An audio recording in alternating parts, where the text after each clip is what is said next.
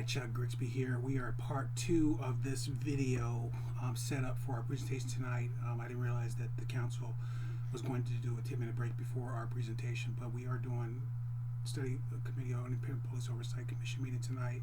Presentation to council here in East Lansing, 6/8/2021.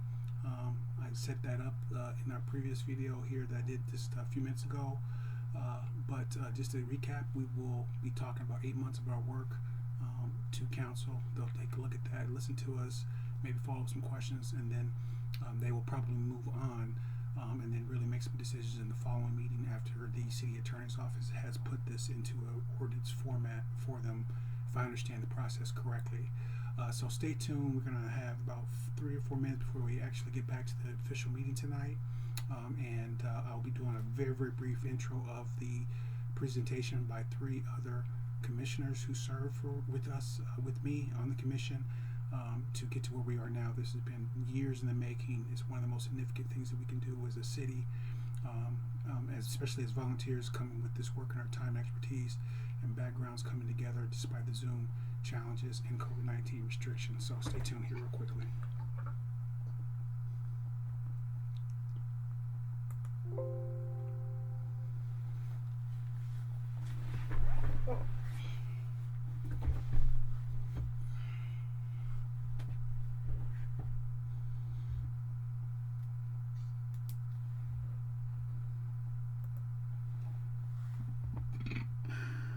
Right now we're on hold from a 10-minute break from a council meeting that's already been going for almost an hour.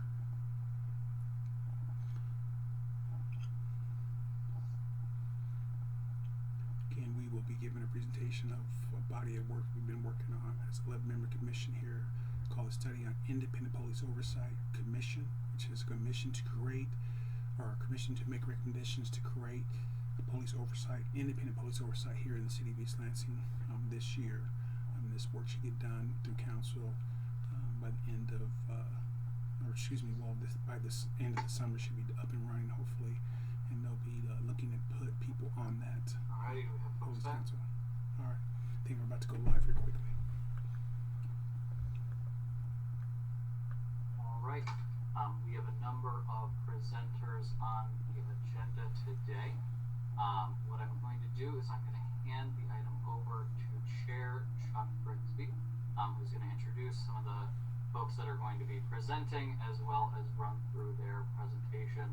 And I'm going to request that folks that are going to be presenting today start off by stating pronouns and a preferred title to be referred to, both by the council and probably members of the community or members of the media that might be watching at this point. Of the commission beforehand. This meeting is being recorded. That is immediately needed for clarification. We save questions until the end of the presentation. At this point, again, we're going to be giving about a week for this to settle, and there's still going to be opportunities for questions at the discussion only meeting. But if there are questions that arise from this presentation at this point, I'd ask that those are asked at the end of the presentation. Thank you very much, and Chair Chuck Grigsby, the floor is yours. Hi, thank you. Thank you all. Can everyone hear me clearly? Yes. All right, thank you. It's good to be with you tonight. As you know, we are here to do our presentation from the Study on Independent Police Oversight, and we're very proud to get to this point. It's been years in the making, but before I start talking, I really want to just acknowledge the members, including the ones who will be presenting tonight, for their work. So I'll just list their names for you here real quickly. Eric Williams, Christine Root, Cedric Harreau, Kelly Ellsworth Eshinson, Noel Garcia Jr., Sade Codwell, Kathleen Boyle, Helen Josephson, Quentin Tyler. We're part of this 11-member commission that we've been working on what now is almost 8 months of work to get to where we are. So thank you. I'm going to be laying it up here for you, and then we'll go into the actual presenters when it comes to the information that we have tonight for you. But I just really wanted to give a perspective.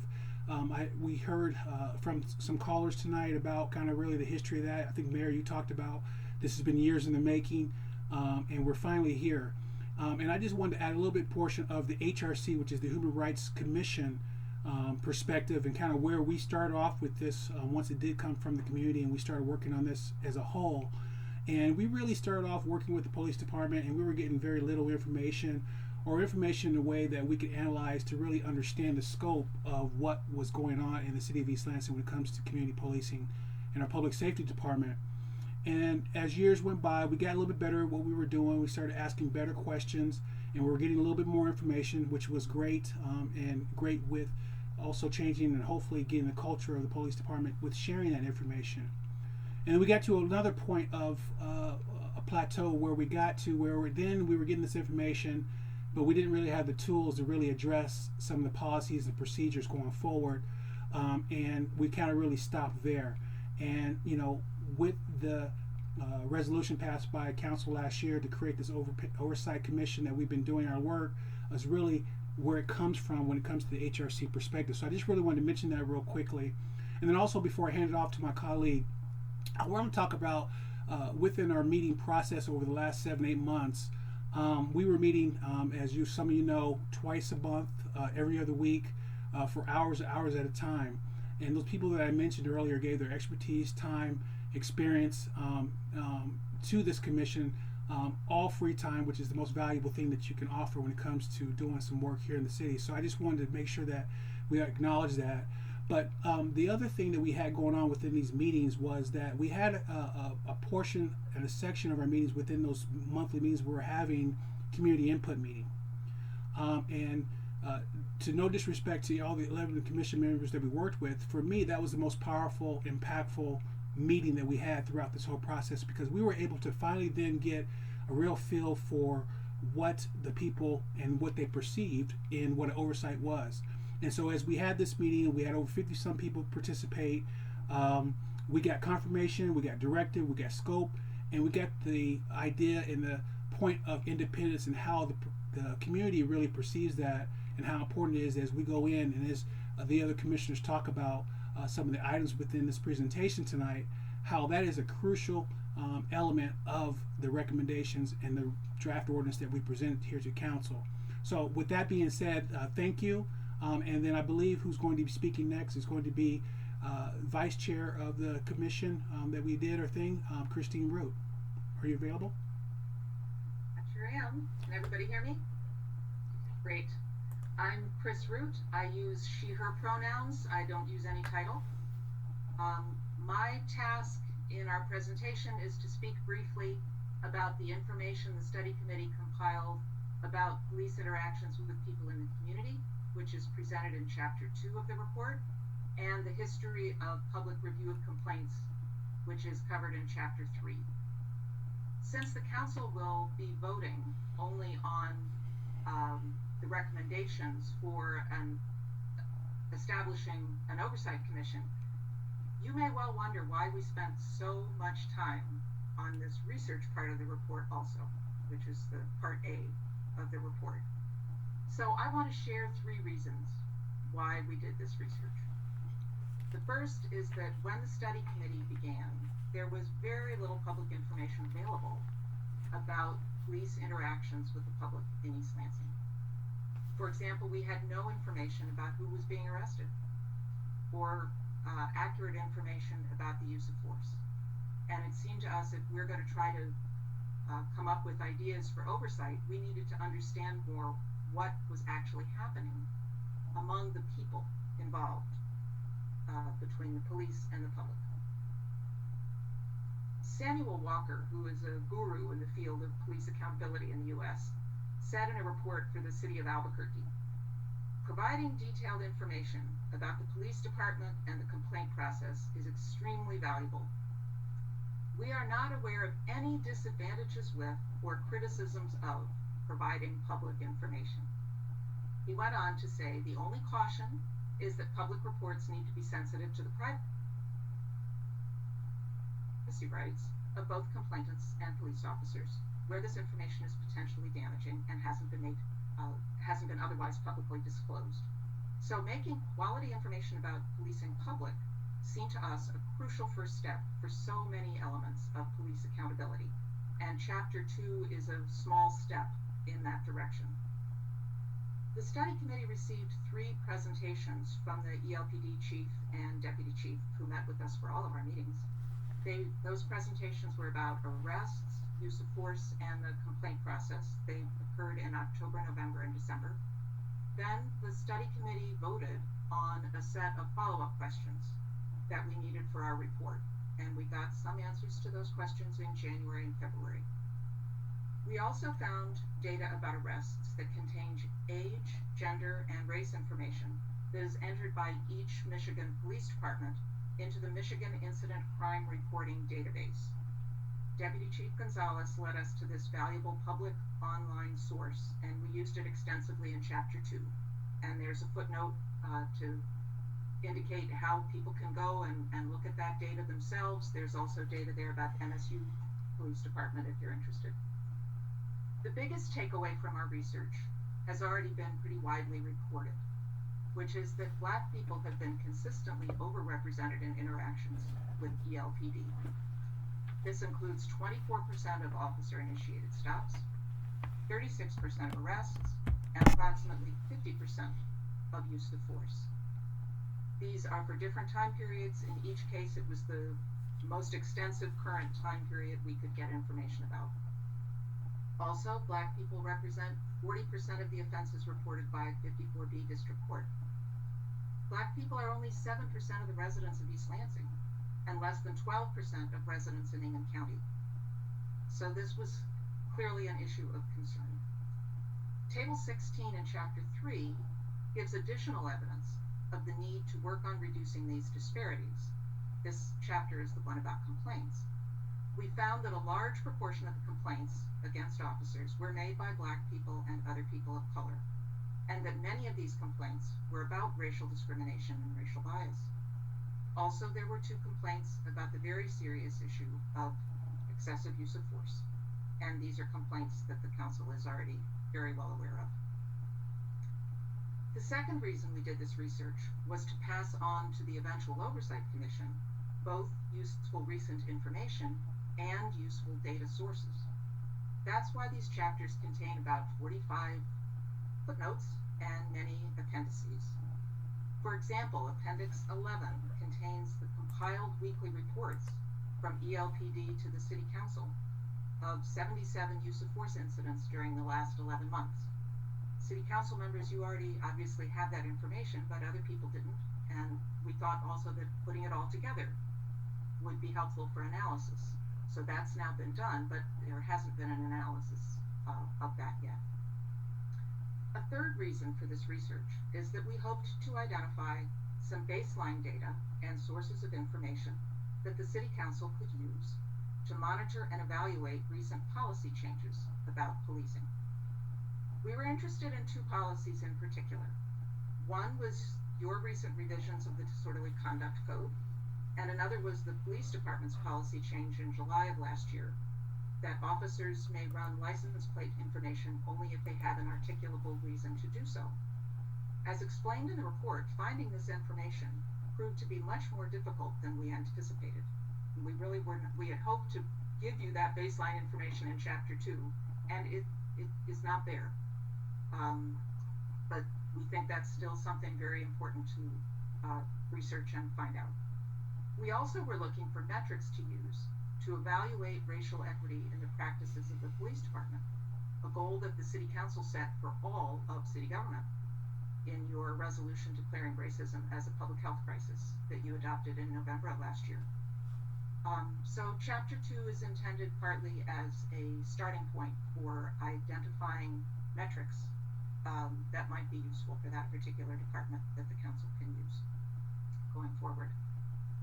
Moving on to complaints in Chapter 3, Chuck Grigsby said a little bit about the history of the police department reporting to the HRC, and that over time, this started in January of 2017, over time there has been, year after year, an increase in the amount of information that the HRC has requested and the way it is provided in writing and available to the public.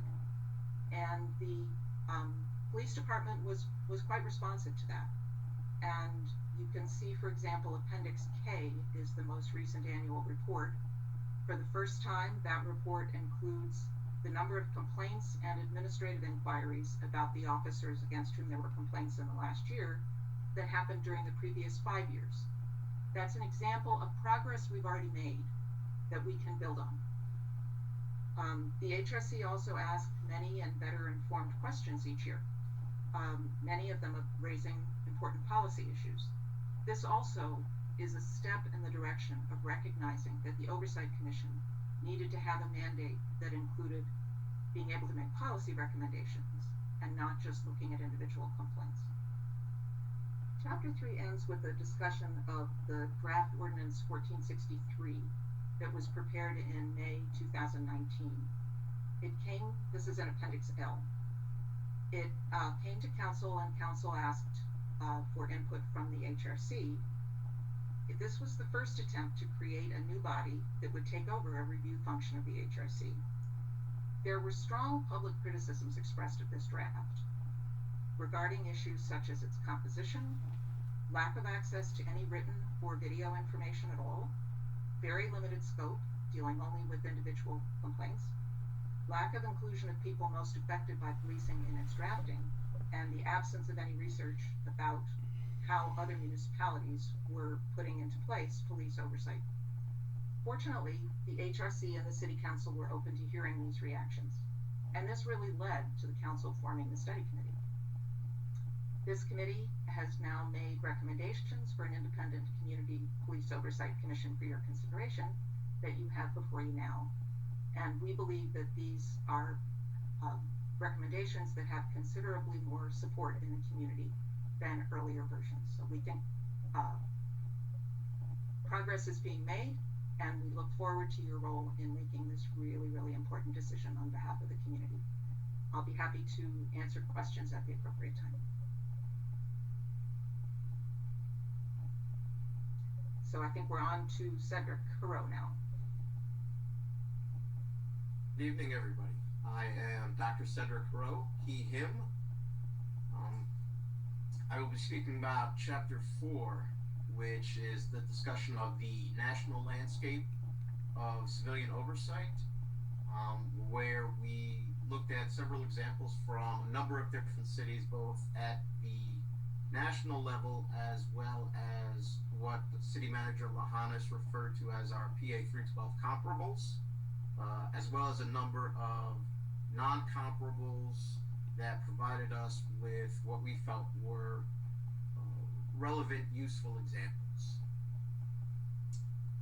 This sounds odd to say, but in almost 25 years of researching police behavior, I have found one thing to be fairly consistent across the variety of police departments that I've worked with, individual officers that I've spoken to, command staff, city personnel, and having ridden in a patrol car for over 300 hours with officers observing what they do, and that is that the occupation of police officer is one that is incredibly difficult.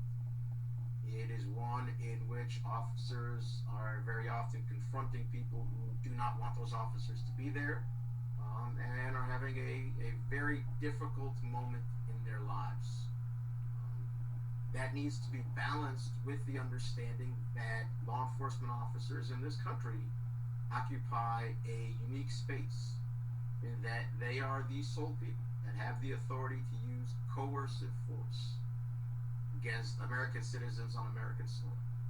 They can make you do something that you do not want to do. And that coercive force can ultimately result in deadly force. And to those whom much is given, much will be required. And in that sense, given the ultimate power that police officers have, and given the fact that they work for us, the public, the community,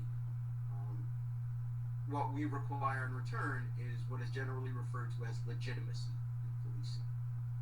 This issue of trust, the issue of we, the public, allow the police to have this authority, that we've made this bargain, that you have these ultimate tools to use, and In doing so, you maintain our constitutional rights and you keep us safe. We understand that the job is very unpleasant at times. That doesn't mean that just because something might not violate policy or might not violate the law, that it is the right thing to do. And ultimately, trust between the community and the police concerns themselves with that aspect of legitimacy.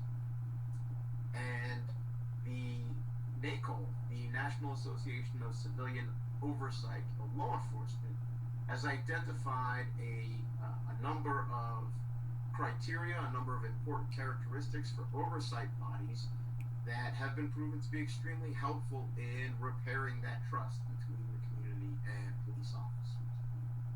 And so, again, these are things that we identified through research and looking at some of these NACOL publications and the training and webinars that they provide.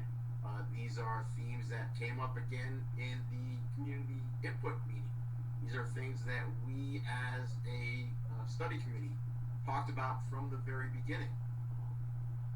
The first and probably most important is the issue of transparency.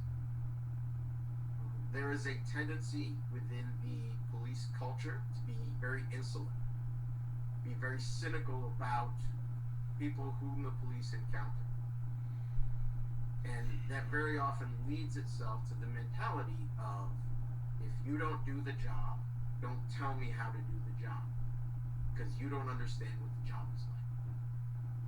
And that's poisonous. That is a condescending attitude that does not lend itself to the community trusting that the police will do the right thing. I will say that throughout this process, I have been very heartened by what Chief Johnson and Deputy Chief Gonzalez have done. They've been very forthcoming. They've given us everything that we've asked for to the extent that they've been able to. They're very clearly interested in taking things in the right direction. But this is a long-term process. And unfortunately, policing as an occupation on the street is not necessarily something that lends itself to long-term thinking. I show up to a situation that I've been called to, I handle this immediate incident, then I go on and handle what I need to handle next. And a lot of these factors that NACOL has talked about are things that ultimately make policing safer, easier, and more effective for everybody. Not just for the community, but for police officers themselves. And I think it's helpful that ELPD has bought into the idea that these reforms can make our job as police officers easier. Right? Because ultimately, who wouldn't want their job to be a little easier? Transparency is the first part of that, right? When something happens and the response is, well, that didn't violate policy, that's not good enough. Right? The community wants to understand, why did something happen this way? Even if it didn't violate policy, was it necessary? Could something else have been done? Sometimes the answer is no. Some situations are truly unavoidable. Very often the answer is, maybe we can rethink how we approach this situation. Maybe that involves training, maybe that involves changes in policies and things like that. But people want to have that conversation with the police. NACOL identifies that as the foundational principle of oversight, transparency. As Chris talked about, a large portion of that transparency is this issue of access to data. I will say that ELPD is not unique in that there's a lot of data that they didn't already collect that we felt they should have been collecting. That's fairly common. The average department is fairly small. The average department might seem like they have a fairly sizable budget, but there are a number of sort of bureaucratic restrictions on some of these things. If you ever had to take a look at how some of these different databases don't talk to each other, you'll get a pretty good look of why it's impossible to get this report with all of this data from this other report. And it's maddening to people. So some of those things need to be repaired as much as possible. But some of that is also an issue of responsiveness. In one of the example cities that we looked at, in the city of Austin, Texas, their auditor report found that the city ultimately responded to 15% of their recommendations. That meant that there was no requirement in the ordinance for the police department to even acknowledge that they had received a recommendation from the Oversight Commission. Again, from the outside, you look in and you think that's a minimal first step. The bare minimum is an Oversight Commission makes a recommendation and the police department says, thank you, we acknowledge that you've made this recommendation. We'll look into it. Right? I mean, that's bare minimum. So data access is fairly important, obviously. The budgeting process, some of this stuff, as I believe Chuck mentioned, maybe gets us into the weeds of fiscal responsibility and budgeting and union issues and contracts and things like that. Right? But one thing that we know is the greater the amount of power and the greater the budget that oversight commissions have, the more effective they are. In Denver, Colorado, most recently, where their oversight commission has a fairly broad level of authority, but even more importantly, a significant budget, after making a number of policy recommendations, they found that use of force went down 21% in the total number of arrests that were made, and more importantly, there was less violence against police officers. Right? So that's another one of those points where you could say, if we can all come together and do something that increases the community's trust in the police and decreases the odds that you as an officer are going to encounter somebody on the job in this tense encounter where injury will occur, not just to them, but potentially to you as an officer, that's a win-win situation for everyone. Right? The other is this concept of being proactive. This is not just responding to individual incidents. Right? Sam Walker, as Chris mentioned, and others note that the most effective oversight bodies are those that make policy recommendations. Again, with the caveat that police departments say, hey, thanks, we've gotten your recommendation, and let's have a conversation about how we do that. It's another one of those things that East Lansing Police Department started doing even before the study committee started meeting, as they were looking at accreditation, as they were looking at the implementation of an early warning system and a database that incorporates a lot more data pieces. And so the Oversight Commission should have this vital function of sort of acting as a role on an ongoing basis, on a rolling basis, a monitoring situation of where can we get better. I think a lot of people immediately assume that saying where can we get better is a criticism, saying we're doing something terrible. Sometimes it's we're doing things okay, how do we do it even better? Right? Not every struggle to be better is an inherent criticism of what is currently the case. And then the last important aspect is that public outreach. That was why, as Chuck mentioned, it was so important for us to have that community input meeting. Right? And we were pretty excited to hear community members saying the same things that we had been finding in our research and that we had been talking about as a study committee. All of those things that they were saying, particularly about transparency and potential abuses of authority and things like that, those are all issues of trust. And from the city standpoint, this is a long-term process. One of the other things that we found is that it was not at all uncommon to, after a certain period of time, have an evaluation of the Oversight Commission come back and say, we've done a few things well, we need to change a few things about how the Oversight Commission is operating. Right? And so one of our recommendations is that we have an evaluation after a 4-year period. It's been fairly common, and Austin and Denver are 2 examples. The city of Albany is one of the most recent examples, where after a 2 or 3 year period, the Oversight Commission came back to the city and said, you know what, we actually need a little more power. Right?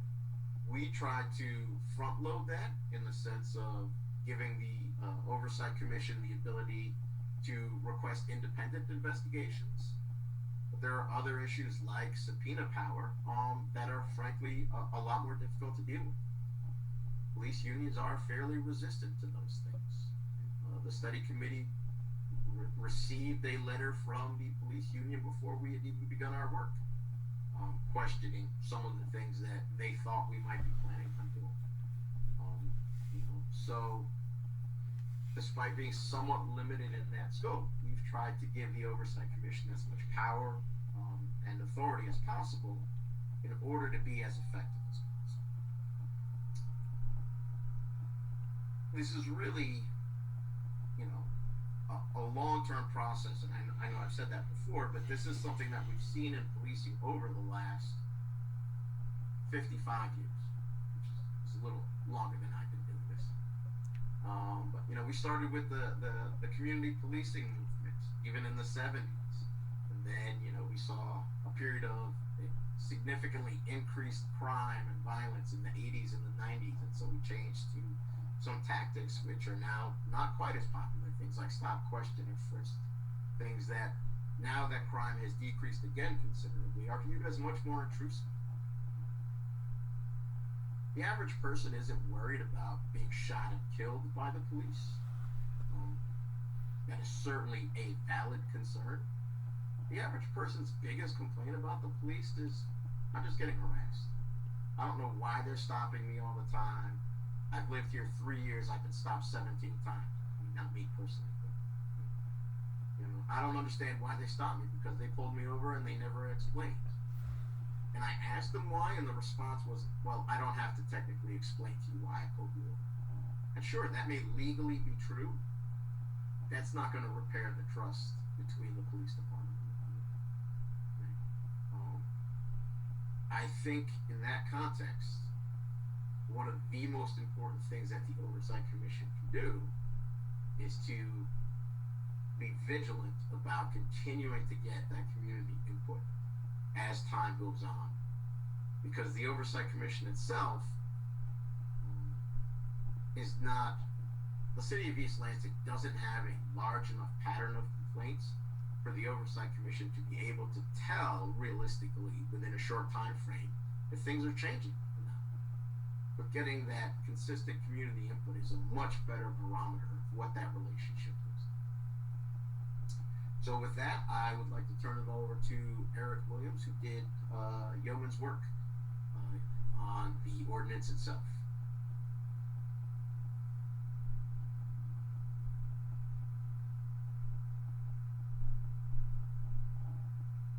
Unmuted. Well, I would much prefer responding to questions, but let me give a kind of an overview of the high points of the ordinance and the nuts and bolts here. I wanted to say a couple of words at the outset about the constraints that we were working under. And there's some things that we can do and some things we can't do, and so we tried to operate within those constraints. And I would say that they fall in three categories. There's employment rights and the structure of the city governance, and then the size and the budget of the city, and those all put constraints on what we can do. The process of disciplinary action against police officers is pretty much controlled by the collective bargaining agreement, and ultimately is a decision that's made by an arbitrator. The city manager and the police chief have management authority over over police officers in the police department, and unless we get a change to the city charter, this commission can't order police officers to do anything or manage the police department. It just doesn't have that power. We can't hire police officers. We can't fire police officers. We can't hire the police chief. And then those cities that have oversight commissions tend to be larger than East Lansing and have larger budgets. The million-person cities can hire a full-time monitor or auditor, somebody that would pull down $150,000 a year, and have an office and a staff. And East Lansing just doesn't have the capacity or the volume of business to justify that. So we're trying to work within those constraints. At the outset, we looked at the city of Albany. Albany is a city about twice as big as East Lansing. And it has what they did was, when the Oversight Commission needed to conduct an investigation, they made arrangements for the commission to hire an outside investigator on a case-by-case basis, and we tried to adapt that model to our situation.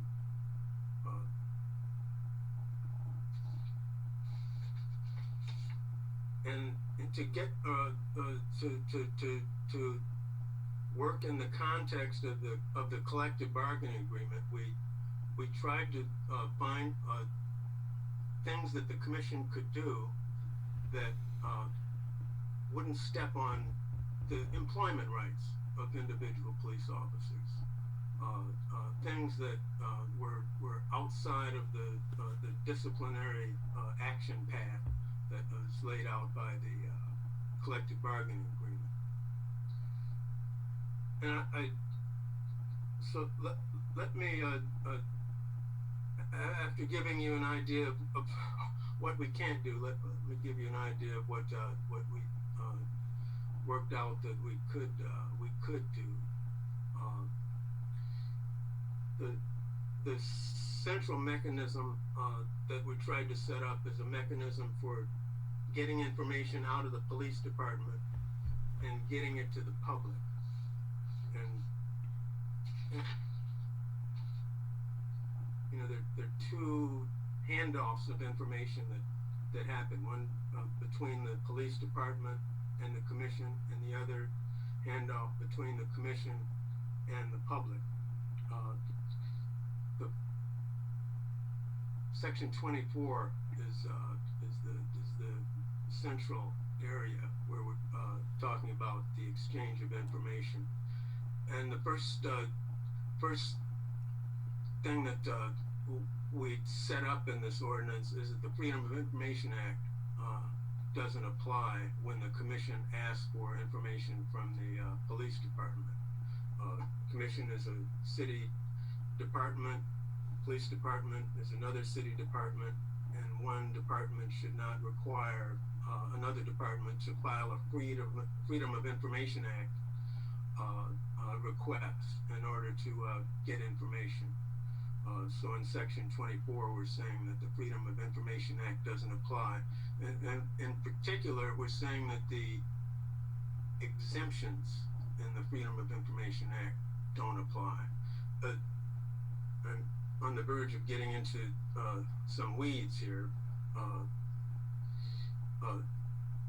You remember earlier in your meeting where you had Mrs. Drager from East Lansing Info had a concern about the information that she wasn't getting from an executive session, and the mayor promised that he was going to get together with the city attorney and pare down the information that was being embargoed from the requester. And so we're saying that can be done as a routine measure. When you look closely at a claim of confidential information, you can very often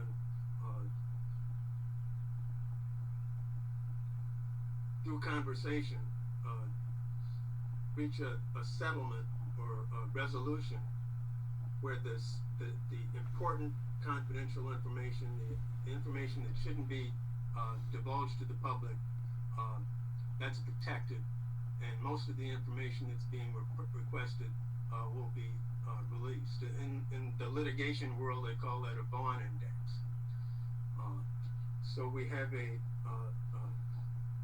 set up a mechanism that puts constraints on information that is claimed to be confidential and tends to maximize the information that is exchanged between the police department and the commission.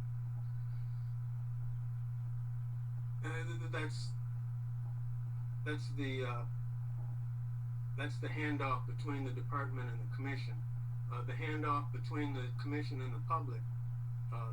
Everything that the commission has is releasable to the public, except for very limited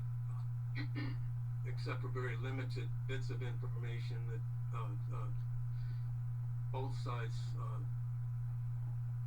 both the department and the commission, may agree that there's a compelling reason not to release it to the public. So we're trying to maximize the amount of information that is extracted from the police department and minimize the amount of confidential information that's held back, and do the same thing when the public asks for information from the commission.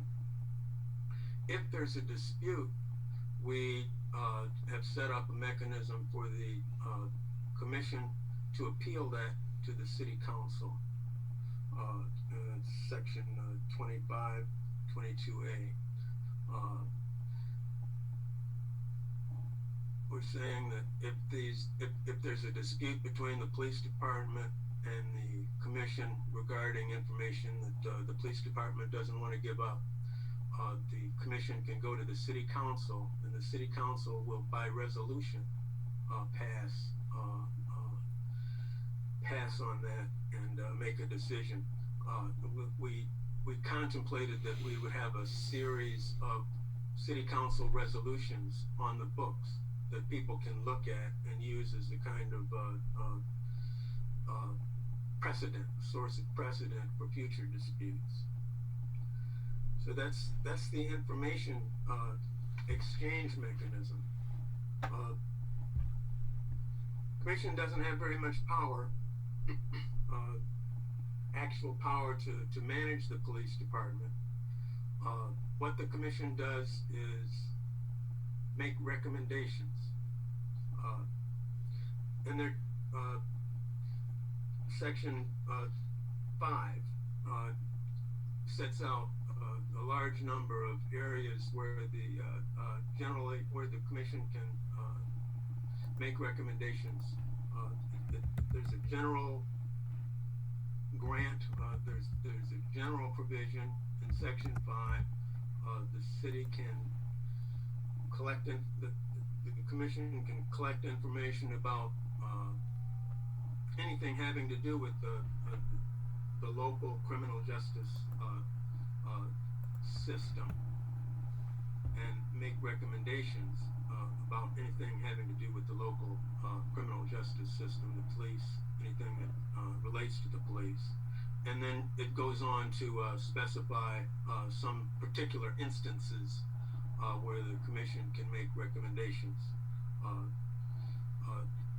Disorderly conduct charges.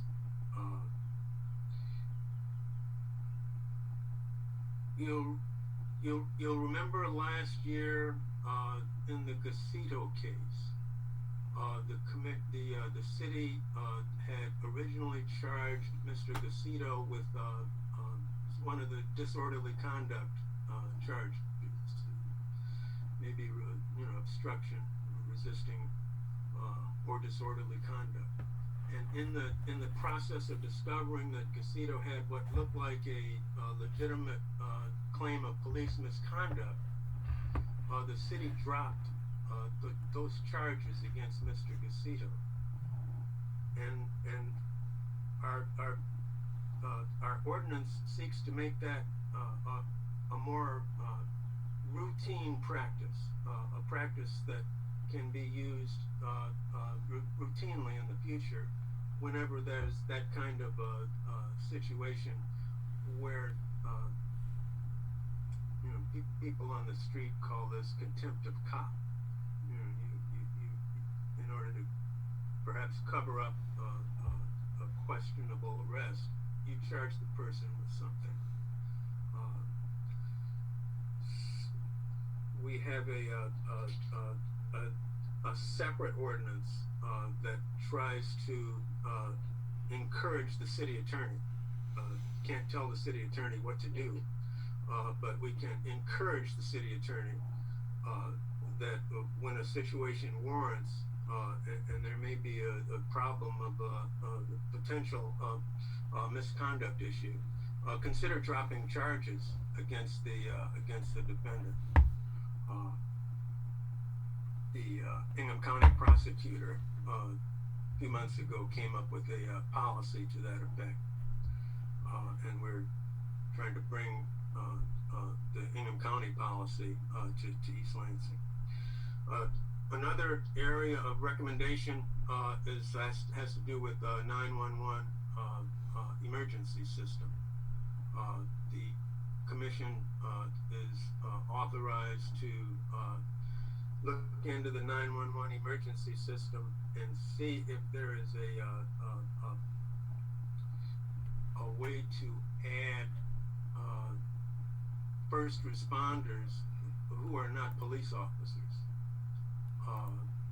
There are a number of cities who are looking into this, and perhaps the most famous instance of this is the Cahoots system in Eugene, Oregon, where they have a social work agency that responds to 911 calls where someone is having a mental health crisis, or they're homeless people that are making some kind of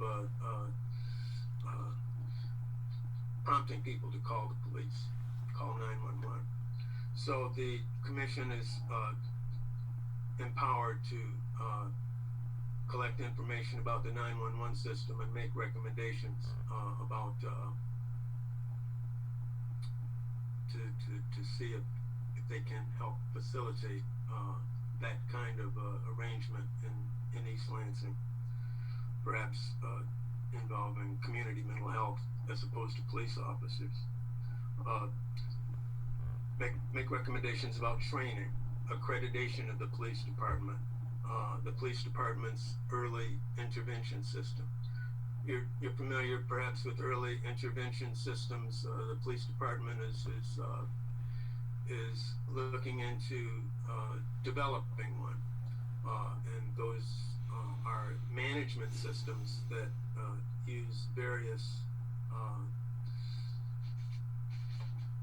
data to predict when an officer is likely to have a performance problem in the future. The commission can't operate that because it's a management system, but the commission can collect the information about it and encourage the police department, make recommendations for its budgeting, for its to make sure the police department is taking advantage of the systems that are out there. Use of force incidents. The commission can investigate and make recommendations about the department's use of force policy.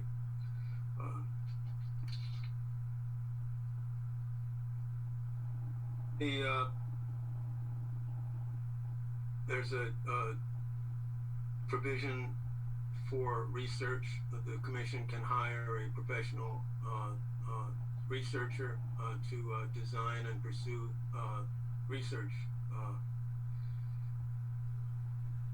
anything having to do with the police department or the local criminal justice system in East Lansing. And there's a provision for that in our budget projection. The Section 9 gives the commission a bully pulpit, and what we're calling a free speech. That members of the commission can speak freely without constraint on any matter within their scope. The commission will maintain its own website in Section 6 and issue annual reports to the council and to the public, looking into the uses of force that the department has reported to it, encounters with homeless individuals, people in mental health crises, encounters with juveniles, summaries of dispositions of complaints, the results of its research. And those would be in the annual reports that we contemplate that the commission would publish. Budget lines for all those activities are in the ordinance. This ordinance, as I said, was modeled on the Albany ordinance. One thing they have in Albany is a partnership with the Albany Law School, where professors and students in the law school help their commission with some of its investigations and workups of its recommendations. And we have a proposal as part of as a separate ordinance. There are three ordinances. One is the main ordinance setting up the commission. Another is the ordinance encouraging the city attorney to drop charges in appropriate instances. And the third ordinance is to explore a relationship with the MSU Law School. We're thinking that there may be some students at MSU who could provide some work on some of the investigations and reports that the commission is tasked to do, and at the same time would profit from learning about how a police department works.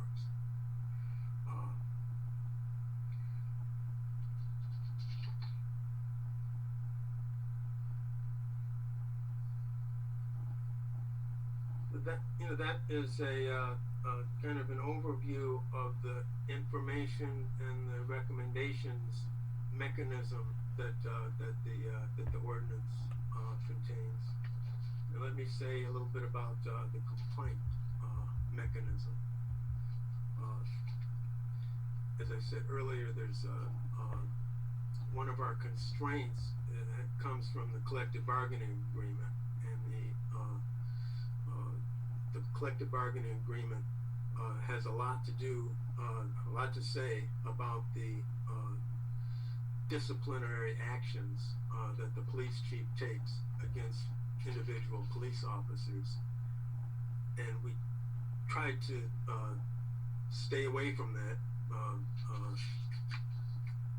and we tried to work in our complaint system in the interstices where we can do work without courting a lawsuit.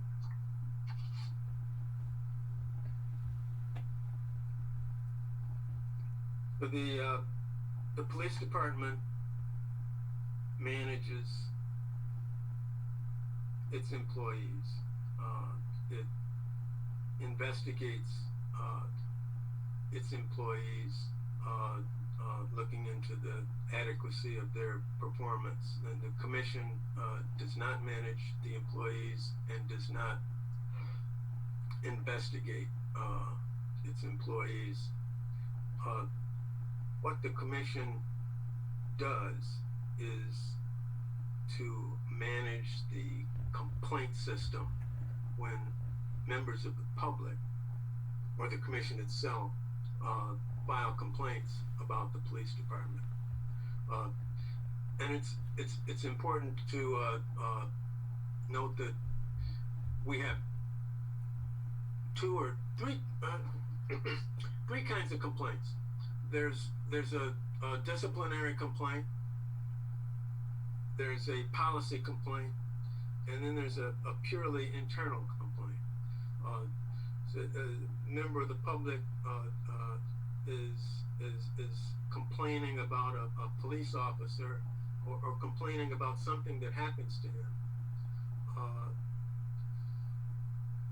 May want the officer fired, or may want the police department to change the way it does business.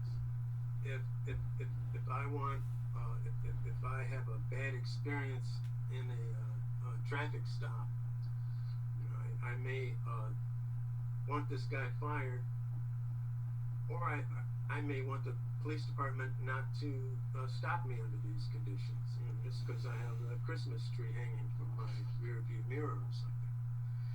So the complaint that a member of the public brings can be either an employment complaint, framed as an employment complaint, or it can be framed as a policy complaint. If it's framed as an employment complaint, it goes into this black hole of the collective bargaining agreement. The information you get about that complaint is very limited. You have very little control over the outcome of that complaint. But if the complaint is policy driven, if the complaint is about the policy or practice of the department, it's much more out in the open, and you can follow the adjudication of the complaint. You can make more thorough recommendations about the outcome of the complaint. And then there's a third category of complaints that are purely internal. A police officer takes too long on lunch, doesn't fill out his time sheet correctly. The management wants to take some kind of disciplinary action against the officer that has nothing to do with a member of the public. So those are purely internal complaints. So we have policy complaints, we have disciplinary complaints involving members of the public, and we have these internal complaints. In the ordinance, the Police Oversight Commission makes recommendations regarding policy complaints and regarding disciplinary complaints. The Commission controls, manages, has power over where people can file complaints. It will write, it has control over the form of the complaint. It can generate complaint forms that people will use. And it controls the complaint tracking process. So all complaints, no matter what kind, the police department is obligated in the ordinance to report that monthly. I think it's monthly to the commission, and say a little bit about what the complaint involves, what the status is.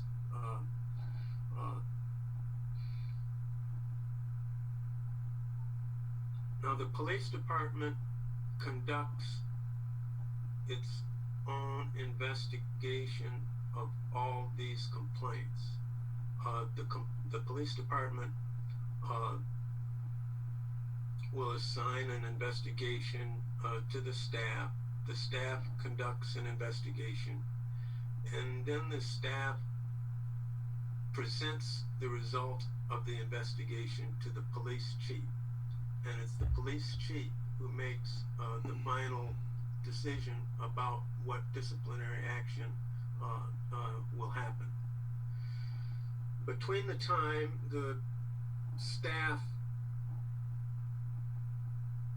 has completed its investigation and the time the police chief makes his decision about what shall happen, that's when the commission makes its recommendation. that makes a recommendation in that space between the staff investigation and the police chief's decision on disciplinary action.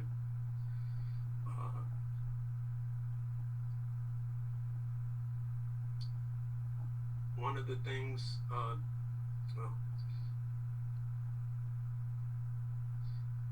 one of the things that happens if we are talking about a policy complaint is that if the police department finds a policy issue that needs to be addressed or corrected, it is required to produce a corrective action report. And that's one of the things that distinguishes the employment disciplinary action from a policy complaint.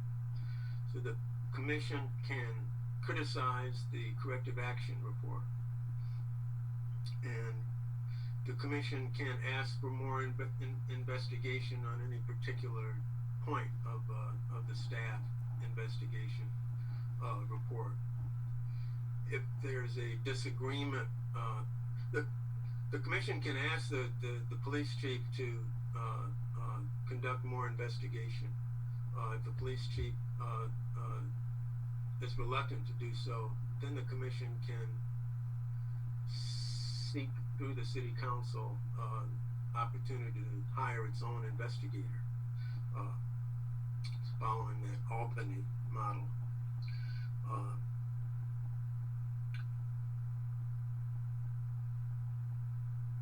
One of the features of the complaint process is that complaints at a couple or 3 points can be switched from the personnel disciplinary track to the policy track. If the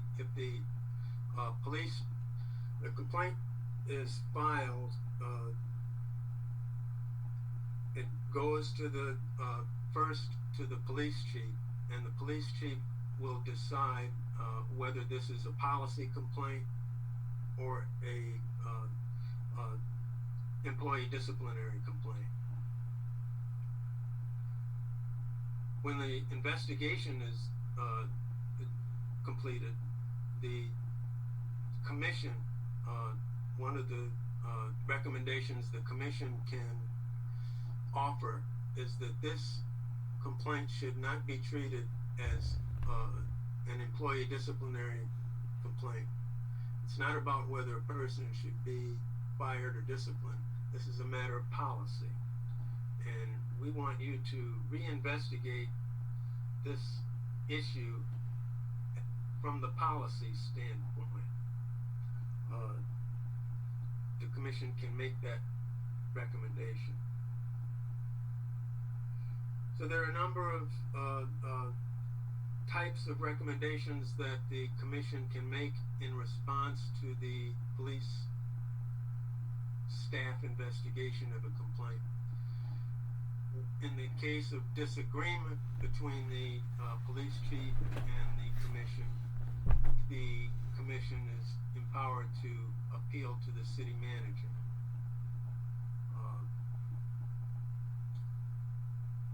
And the city manager will issue a report, a decision in writing.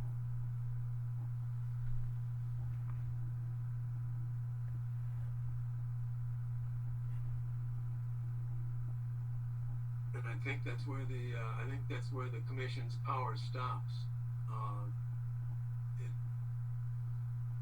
Unless we have a amendment to the city charter, city manager's decision is going to be the final decision, at least with respect to policy complaints. Employee disciplinary complaints, the arbitrator is going to be making the final decision.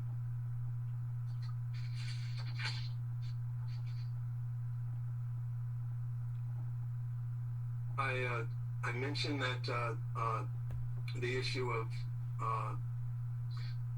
de-escalation and the 911 calls. Police have a a monopoly on the use of force when they encounter people in their work, and sometimes forces may be the use of force may be the only skill they can bring to an encounter, and they may be too quick to escalate to violence, as we have seen in too many cities. And so there's rather than relying on police officers' internal discipline to de-escalate situations, we thought it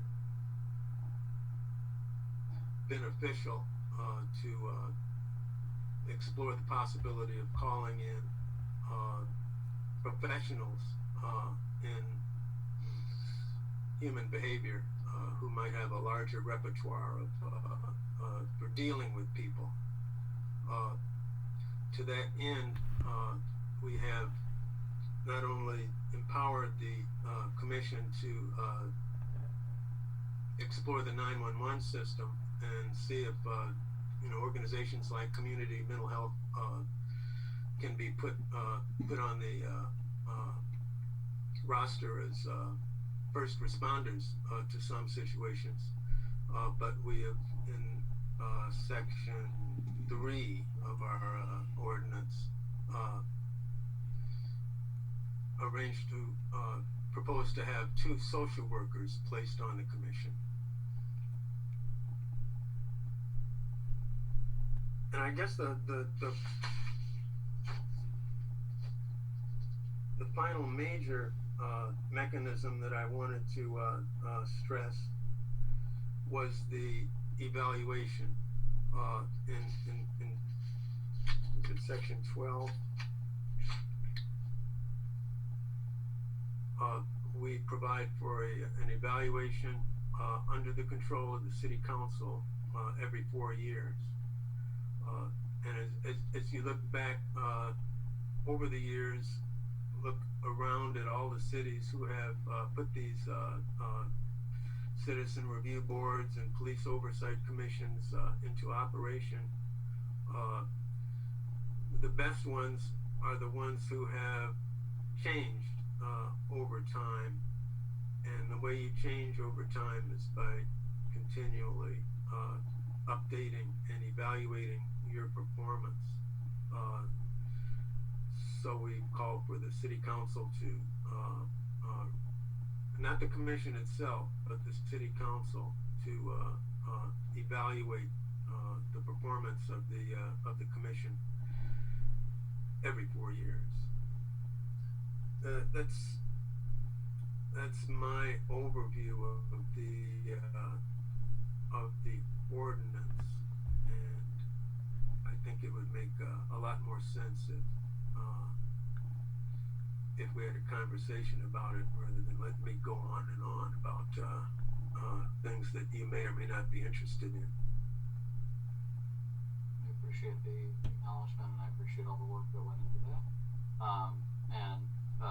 For right now, I'm going to open this up to questions from the council. Keep in mind that we will be having a further discussion on this item June 15th at our next discussion only meeting. But if you have any immediate questions that you'd like to ask now, please feel free.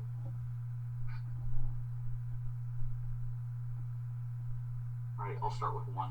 And this can be a question that's answered maybe even later if there's not an immediate answer. But in section 3, you talk about commission members, and I think the appointment process is really important, and it's really vital in the first appointment process. Just given the fact that generally with city commissions we have communication between whoever the liaison from the city council is. Of course, commission appointments are made by the city council, and members of that commission. Of course, there aren't members of that commission right now because this is new. And so I'd love to hear a little bit more perspective. Again, this can be email after or even a comment next week on what you envision that process to be like. at least from the city perspective. Of course, council can, release applications and receive them and then make determinations at that point. But, I probably think the better approach would be to have members of the study committee, or at least a couple of members of the study committee, in the process for appointments. That way we make sure we're putting the right people on board. So I'm just looking for a little bit of guidance on what you guys envision that for, of course, because also study committee members can be members of this commission too. So that's kind of a weird balance, but I do think it's important to acknowledge. And of course, you guys give a little bit of guidelines as to what you want to see, how many members, who those members might make up for, and where you want to see representation. But the actual appointment process itself is really important, and I want to make sure that that's not done necessarily like in a vacuum. So that would be kind of my first question. If anybody has any immediate responses to that, I'm more than happy to hear them. But I'm also more than happy to hear them next week if you have a little more time to think. Thank you. Well, you went through a process. You went through a process to put people on this study group, and that's probably a good start of that process. Yeah, I mean, again, more than happy to kind of facilitate it through the council in an easy way. My only acknowledgement was that this is the first iteration of this, right? Or if this passes, this will be the first iteration of this. And this commission had a vision, and I want that vision to be acknowledged in the best way. So if there were, interjections that members of this commission might be able to, put. So if we had, council liaison, right? Maybe Councilman Bacon, because he was the liaison to the study committee, make recommendations to the full council after interviews with applicants. Does that mean that Chair Grigsby is in that room as well during those interviews, or other things like that? That was more my question. Yeah, if I may just touch upon that. So when we were appointed for this commission, the diversity of applicants we had and skill sets from that. And so there is a great wealth of people in the community that would be well qualified, I think, to participate going forward.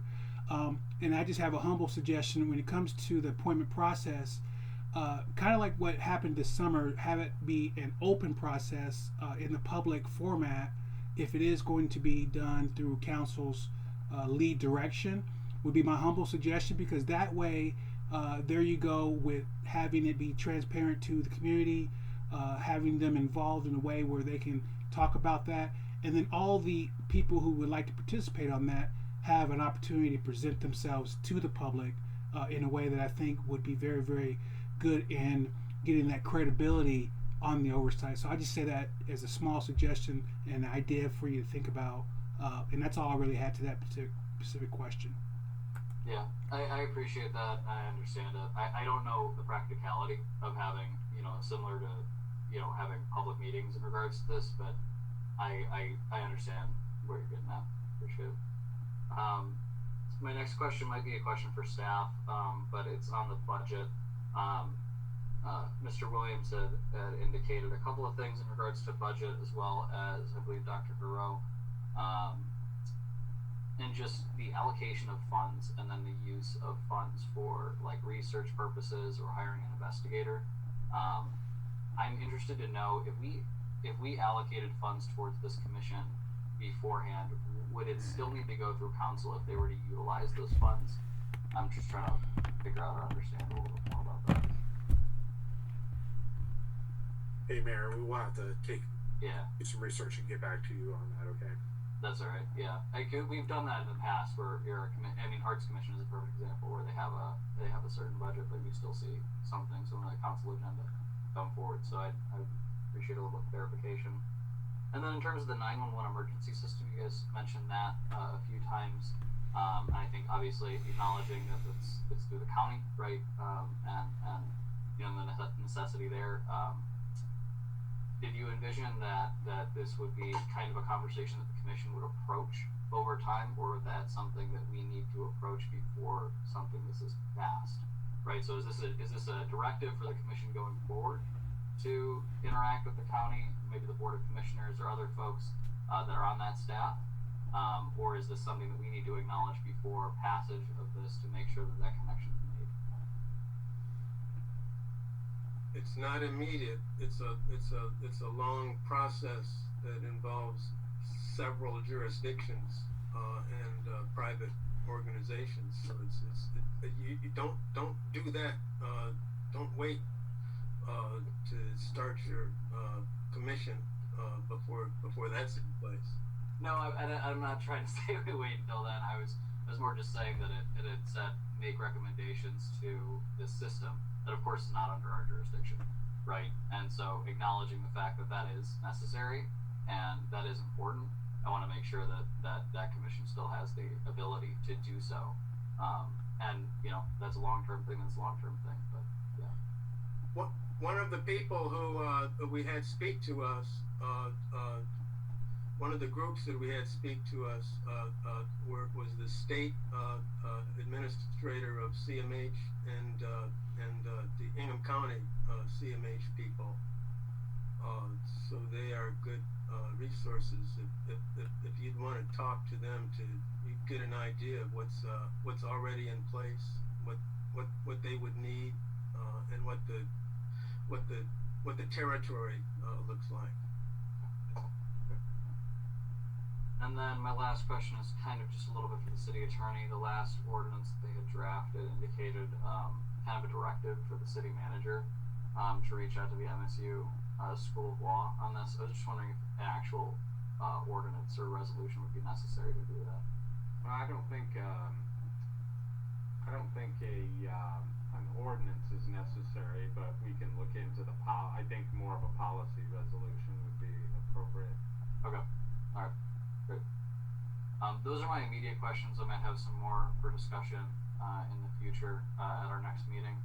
It is getting to 10 p.m. here. We got a little bit more on the agenda. But yeah, go ahead. Yeah, just real quickly. We've been doing this for quite some time, as you know, and the whole city collective has been.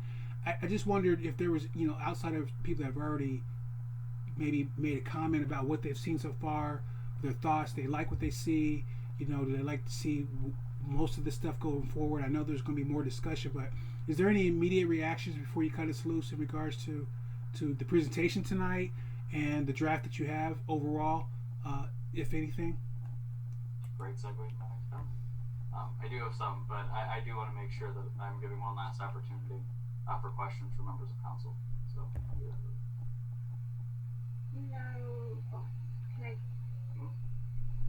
I was wondering if this changes what the Human Rights Commission does, because I didn't see them mentioned in the complaints part, and so I was just wondering how you see your relationship with the Human Rights Commission going forward with this, how this new group, if they even would have a relationship.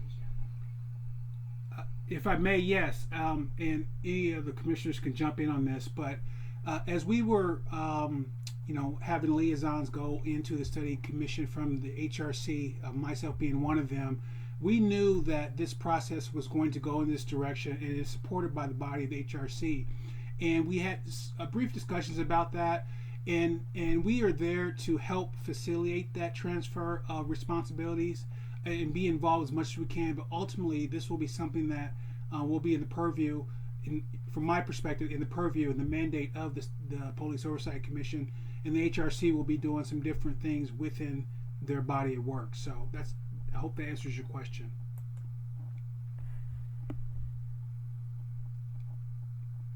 Other questions?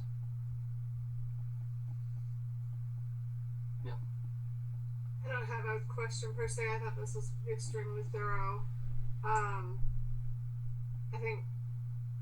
I guess I do have one question, which is just there was a suggested budget allocation within this, but I also realized that some of the things, research and investigators, can get quite expensive. So I was kind of wondering, and then also there were some things about not having charges for things that would typically have been related to FOIA within the police department, and obviously, of course, those FOIA charges are related to staff time, and so there was a recommendation of making sure that the council compensated if there was an excessive amount of expense racked up in terms of some of those things. I was just kind of wondering if we need to, I guess what the question would be, what happens if the study committee, or not the study committee, but the oversight committee exceeds that budget? Do we have kind of a sense of what happens if they run out of money and then we have to do like a budget amendment, I guess? Or, like, I wouldn't want the work to stop right because the money ended. I think we just have to figure out how to make sure that there's some sort of plan B, I guess, in terms of funding some of these extra duties. So I guess it's not really a question, it's kind of a comment that maybe we could think about before our discussion tomorrow or next week. And then I just mostly wanted to congratulate you guys on a huge body of work and a very clear document, which is clearer than I ever could have imagined coming out of. You guys really just had an incredible task set before you, and I'm incredibly pleased in the form that it has come to us. So my congratulations to all of you for all of your hard work. Much appreciated. And I'll probably give a similar reaction in a second, but I do want to kind of expand on one of the questions that the Mayor Pro Tem asked, and maybe get a little bit more insight into, in your budget, you listed out obviously the 5 categories in terms of research and evaluations, investigations, and complaints. Obviously those FOIA costs or the costs of staff time to actually obtain information, other things like that. Is that what you are envisioning that money would be used to allocate for, or is that in addition to the possible staff costs that might be necessary to receive information?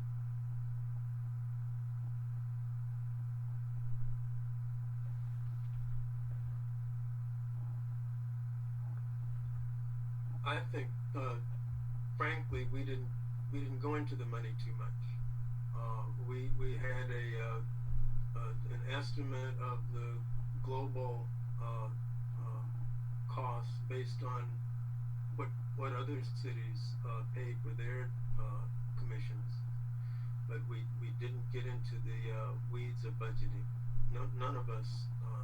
We are great experts on various things, but none of us is an expert on budgeting. It's okay. I don't think anybody ever becomes a true expert on budgeting except for Jill Feldbosch. But I appreciate that. The only thing is I'm not necessarily talking about the merit of the gathering of information, more just the costs associated with an understanding that you put a budget out that seems to make sense for me in terms of the breakdowns. But I wanted to kind of dive in a little bit deeper into what those breakdowns actually meant. So I'll ask maybe a follow-up question to that is, if the costs per se are not to be, when you had indicated costs for requesting information are not to be reflected on the commission, is that is that an acknowledgement that it wouldn't be reflected on the commission's budget? Or I'm just trying to understand kind of where the money is going necessarily. Well, there's no free lunch. Yeah. Somebody has to pay for it. Right. And that's a completely valid thing. What I'm trying to get at is that acknowledging 100% that the commission needs to have access to information, while also acknowledging that getting that access to information takes time and staff, and we're allocating a certain budget towards this commission. Is that budget, or can that budget also be utilized to make up for some of that staff time? Or are you envisioning that budget is in addition to the staff time that might be necessary to get information? So that's maybe a complicated question, so I don't necessarily need the answer to it today, but maybe a follow-up conversation might be necessary. Chris? I think one kind of response is to remember the importance of the independence of the commission. Right. And that the commission and the police department are not the same. Right. And so the provision of information by the police is a job of the police department. And so that would be part of the police department budget, how their personnel spend their time, and then what the Oversight Commission does is what would be in the budget of the Oversight Commission. I know there are some cities where after they create an Oversight Commission, they try to figure out and gradually figure out what the Oversight Commission needs, and they sometimes increase the budget of the data section of the police department. That's just an example, but it's important not to intermingle them. Yeah, no, that's what I was, that answers the question perfectly. Is are those separate or are those, similar in the sense? I think they're separate. Okay. And we acknowledge that they both exist. Yeah. Would you mind giving me a little bit more insight into the research and evaluations or investigations and complaints? That would be more either hiring external folks to do so or do that research. Would it be compensating, maybe, again, acknowledging that this commission, and I agree, by the way, that it shouldn't be necessarily housed under the police department, acknowledging that this might be utilized for staff of the commission to do that type of research. Is that more what you're envisioning for those kind of dollars? You're asking about the investigative part of the budget? Yeah, and the research as well. Just to expand a little bit more so I can understand a little bit more. I think we were. Tell me if I'm off base here, but I think we were talking about a professional researcher. Okay. And not somebody who would be the staff of a commission. We're talking about somebody like Cedric Thoreau. Okay. All right, that makes sense. That answers my question. I appreciate that. Any other council member questions, or I just give general comments? Going once, none twice. All right. At the request of Chair Grigsby, I'll say, a little bit about what I said before. This is an incredible lift. And I'd just like to acknowledge that this is not only a very thorough document, but it's also a document backup for basically every single thing that you have in it, which is important. And I think that this conversation has needed to happen for many, many years. And I'm glad we're having it now. I'm proud to be on the council that's having it now, and I'm even prouder of this commission. I think that when we were going through the process of appointing the right people to this commission, it was with the vision that we were basically giving you an impossible task. And we needed people in place and the staff of the city in place to try to accomplish that impossible task. And I'm sure that, there are going to be nitpicky things here or there, and there's going to be a lot of input over the next couple of weeks. But I'd just like to acknowledge that this is incredible work. I think that this ordinance and the ordinances are very well thought out. I think they're drafted accordingly. I think they understand the restrictions and the constraints, but also understanding the necessity, and gives the commission what I believe is the necessary amount of oversight, as well as the ability to create longevity in terms of police reform. And that's really one of the big things that I have wanted to see, is that this council, of course, has passed policy, and our chief has done a lot to influence policy and change things throughout our police department. But what we need is a commission that's going to be there for the long term, that's going to address issues in the future, that's going to continue to address policy questions that are taking years to figure out the solution to, because these are not easy answers, these are not easy questions. And I think that this draft proposal does that. And that is why overall I'm very supportive of it. I might have individual questions about certain sections, but overall this is very, very, I think this will be very beneficial for the community. And I'm looking forward to voting yes on something like this in the near future. So we're going to have a further discussion on the council table in the next few weeks, where I'm sure we're going to get into a little bit more details, but I'll say my initial reaction is great job.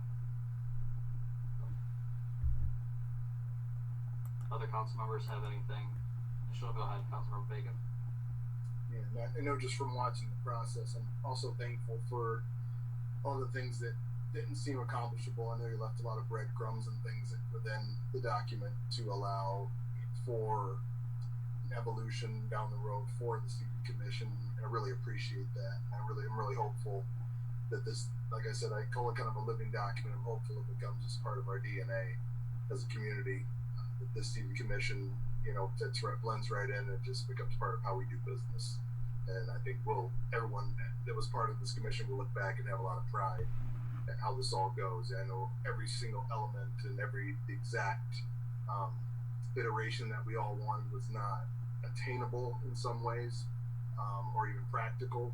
But I think we'll all look back in the very near future and understand just what a big deal this was, and knowing how East Lansing responds to change, we'll be a model for other places. They'll be coming to ask us how we did this, and how it's evolved, and how can they iterate their processes. So I appreciate this, and just understanding some of the frustrations and things were worth it, and this will iterate and will grow and be something that you'll be able to tell the next generation about what you did. So I'm just really proud to have had any role in that, and I made every effort to not put my thumb on the scale, and a lot of things occurred that I really wanted to occur without me having any much input or trying to impact the process. So thank you guys, and for allowing me to participate and attempt to remain impartial.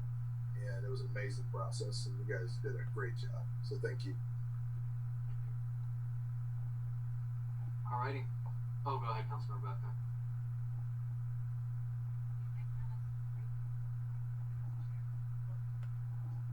Councilor Babcock, I'm sorry, we can barely hear you.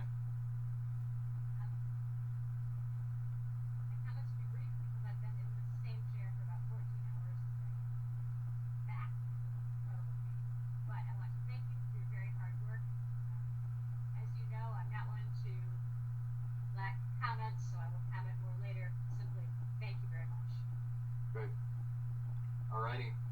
Thank you for being with us here today, and we'll see you probably next week. Alright. The next item on the agenda is the consent agenda. I will hand this over to Acting City Manager House.